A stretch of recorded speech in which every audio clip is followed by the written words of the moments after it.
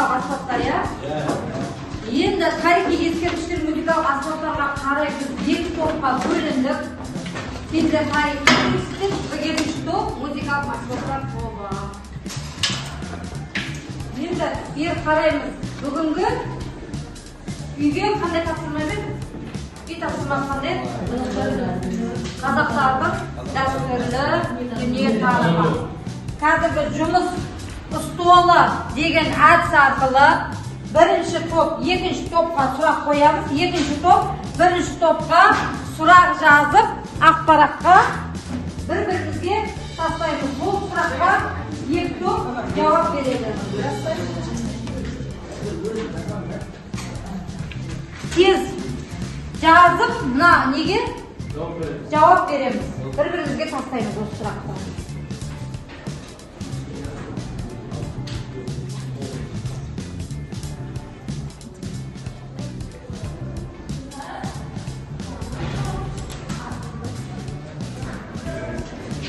Қазақтардың дәстүрлі дүниетанымы туралы. Дайынбыз ба? Дайын болса, мына топқа атамыз. Жағымызды. Олардың столына қоямыз. Қоямыз. Келіп. Екінші топтың столына қоямыз.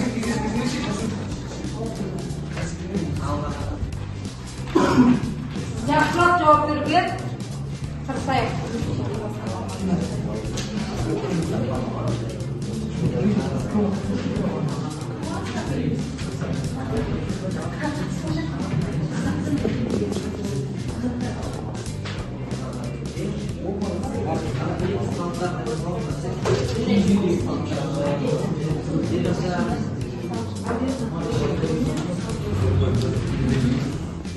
Нақтылап айтамыз. Сұрақты түсіндік ба?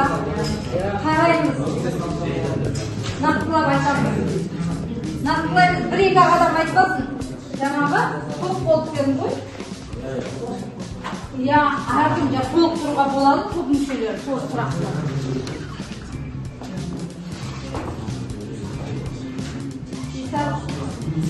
Мәди, ашында кітапты ашпайсыңдар ма?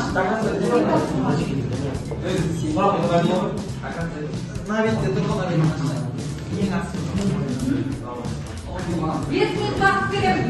5 минут уақыт дайындалар, соны айтамыз. Егер қай топ жақсы жауап беріп алса, береміз.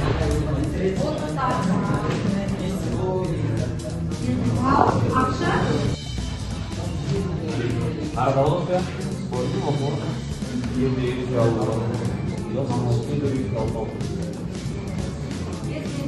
5 минут дедік қой, уақыт шектеулі.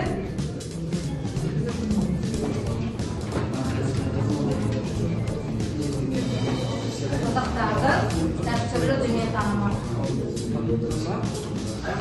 Жауап берер кезде бірінші сұрағымызды оқимыз, сосын ары қарап жауап береміз.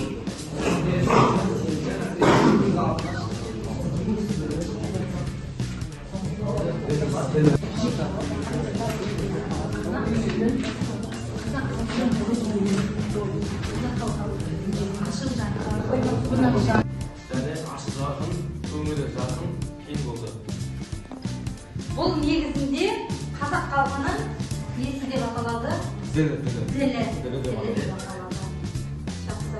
Ары қарап. Тағы.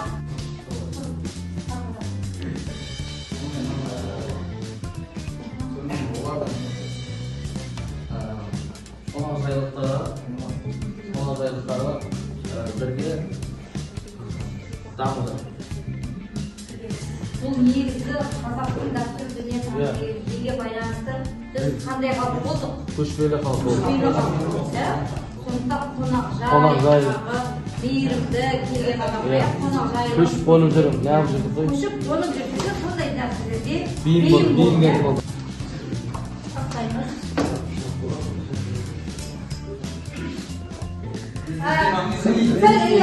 Ильяс, бірінші топтың жауабы сіздер қанағаттандырды ма?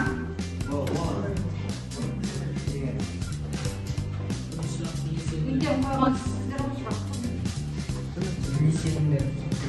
Қазіргі кезде қазақ халқы мұсылмандары исламды ұстануға ұстанушылар, ол орталық азияда ислам пайда болғанға дейін әртүрлі діндер манихейлік, Зороастризмдік, христиан, буддизм мен байқасып өмір сүрді. иә. Осы қос жерлерде діни сенімдер деген кезде біздің негізгі бастамасында отқа Қанағаттандыңыздар ма? Өте жақсы, қанағаты өте жақсы. Дұрыс жауап берді. Келесі, енді үй тапсырған тағы бір сұрақ әдісіміз салт дәстүр. Мына жерде сұрақ шығады. Салт дәстүр әдісі бойынша кім топта таңдаймыз, сұрақты таңдаймыз. Егер жауап дұрыс болса,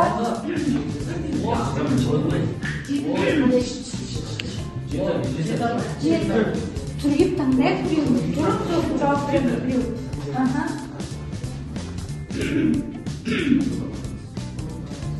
Ұлы Даладағы шопылық дәннің өкілі кім? Bunu bilmediğin gerekiyor.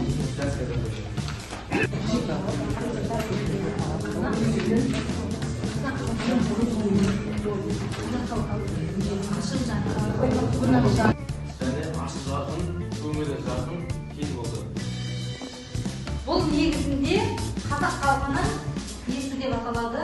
Ділі. Тілі деп аталады. Жақсы. Арғырақ. Тағы.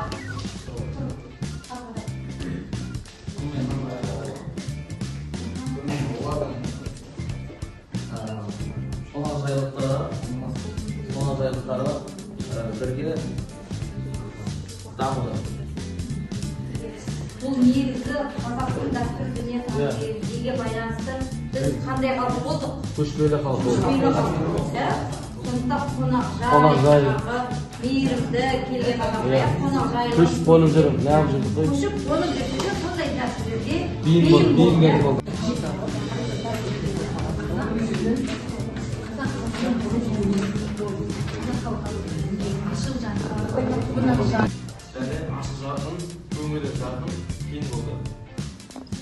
Бұл негізінде қазақ халқының несі деп аталады? Ділі. Тілі деп аталады. Жақсы. Арғырақ. Тағы.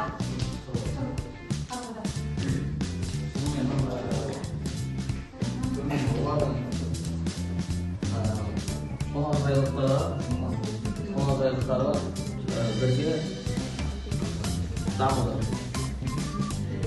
Бұл негізі қазақтың дәстүр дүние тәрбиеге байланысты біз қандай халық болдық? Көшпелі халық болды. Сондықтан Қонақжай. қонақжай, мейірімді келген адамға қонақжайлы. Көшіп қонып жүріп, не қылып жүрдік қой? Көшіп қонып жүргенде сондай дәстүрге Бейім керек болды. Тағы. Арғырақ. Тағы. Өмірлік жерлерді қатынастар салттар туралы білеміз. Өмірлік жерлерде қазақ халқының салттар бөлігі ол ішіне біреу алып болса ол ана және бала денсаулығы. Сол ана және бала туылып бірінші кезеңге туылғанда қатты не болады. Мына жерде сұрақ шығады. Салт дәстүр әдісі бойынша кім топта таңдаймыз, сұрақты таңдаймыз. Егер жауап дұрыс болса,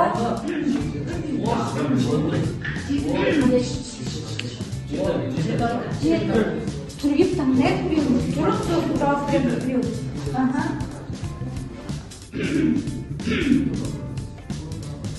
Ұлы Даладағы шопылық дәннің өкілі кім? Bunu bilmediğin gerekiyor.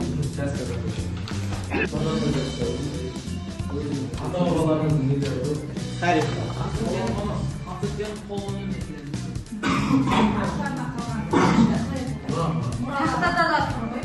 Тарихи және мәдени ескерткіштер, қазақ халқының әдеби және музыкалық мұрасы.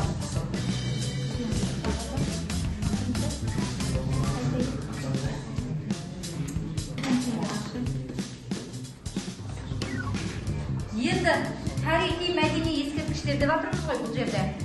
Мысалы Қазақстанның сакралды картасы жасалған. Сакралды дегенді қалай түсінеміз? Сакралды деген қасиетті деген мағынаны білдіреді. Соған жаңғыру бойынша президенттің жаңағы айтуымен осы тарихи жерлерді жаңағы Қазақстан жобасы бойынша тарихи жер сакралды Қазақстан деген жоба бойынша картасы жасалған. Не үшін жасалды бұл жерде? Бұл жерде біздерге тарихи жерлерді кейінгі ұрпаққа салт дәстүр ретінде жаңағы кейінгі ұрпаққа қалу үшін, соны білу үшін өзінің ұлтының қай жерден, қай жақтан шыққанын білу үшін жаңағы осы сакралды карта жобасы жасалған. Енді сакралды карта жобасын келесі. Айтып қой, рухани жаңғыру бойынша жасалды деген карта жасалып, онда аса маңызды жаңағы нысандар деп атаймыз ғой.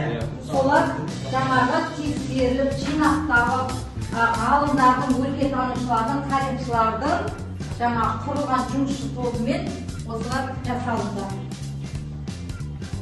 Енді бұл жерде жерлеу салтында біз айтайық. Қазір жігіттер біреу айтып жүрсіз, жерлеу салтында не істейтін еді? ол баяғы заманда жерлеу салтында бар емес па? Жерленген кезде өзінің қасындағы құлдарын, малдарын, алтындарын, өзінің мінген заттарын бәрін өлтіріп қару-жарағын тірідей сол өлген адамның қасына көмесін, иә? Өйткені ол мұртты обаларды көтеретін еді ғой, олар қандай еді? Сыртынан кәдімгі мұрт сияқты қылып таспен қоршап қояды да. Бірақ оны қазған кезде астында кәдімгі бір үйге қажетті нәрсе пайдаланады. Сол жақта да өмір бар, сол жерде пайдаланады деген нәрсе болатын, иә? Иә. Күн салып екі иығына қоймайтын еді. Иә. Ол кезде де былайша батысқа қаратып, жаңағы жерлеген еді. Ол кезде де жерлеу әдісінде сондай болған екен. Одан кейін енді осы жалпы ұлттық маңызы бар сакралды нысандар дейді.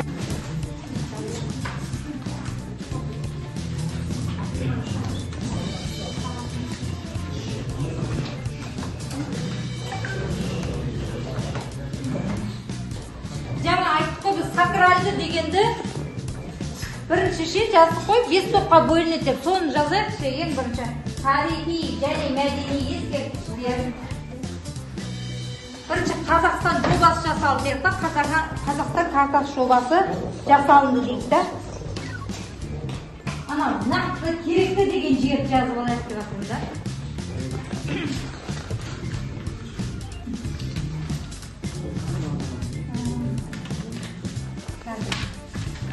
Tamam, айтып жіберейін.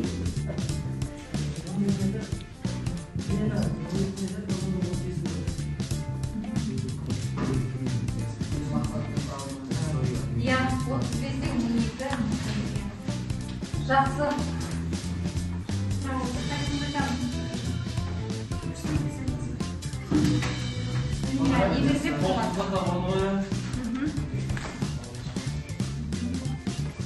Айтамыз.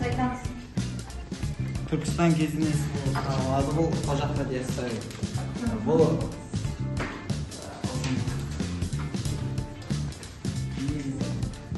қай жылы салынды?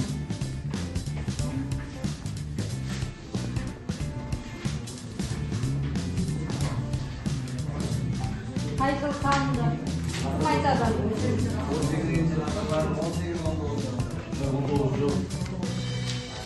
19 жоқ.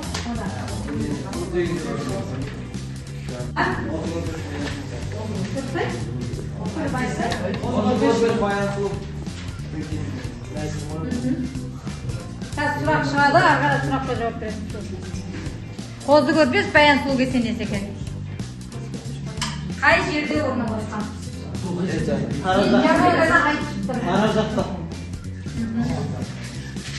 Қара жақта орналасқан. Жауабын шығара бересің. Шымкентте емес, Аяшын ауданы Семей жақта орналасқан. Енді бұл толық таппады. 2000 теңге берейін.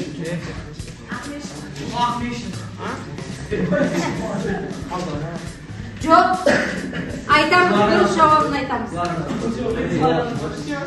Ақмешіттегі зылағына қойдай ма? Ойында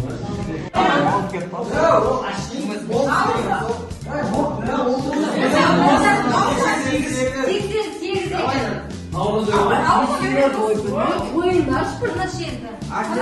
Мен мына жерде айтайын да, сендерге мысалы 80 дедіңдер я, 88 я. Енді бұл жерде сабаққа араласып, топтың ішінде жақсы араласқандар. Жаңағы 70 деген бал қоямын. Сендерге де солай. Кім жақсы араласты, соған жоғары бал қоямын. Бұл жерде жақсы араласқандар. Иса, Тоқтар, Олжас, кім? Бақдәулет, яғни кім? Ильяс, я, Айдын. Я бұл жақта осы араласты. Сендерге Ислам, Роза, Темірлан, Бекасов, Жасұлан, Бекет, Айдана. Осы қалғанымыз айтып отырдық. Енді маңдар, сосын жаңағы нелер қасиетті орындар, я тәуіп ететін қасиетті орындар. Одан кейінгі музыкалық аспап туралы өрмелі аспаптарға не жатады, жаңа ұрмалы аспапқа не жатады, ішекті аспаптарға не жатады. Осыны жақсылап біліп келейік. Енді білім шыңы. Бүгінгі сабақта кімге не ұнады, қалай өтті, соған жазып, стикермен ана жерге жазып, өзің ойыңды жазасың, өз ойларыңды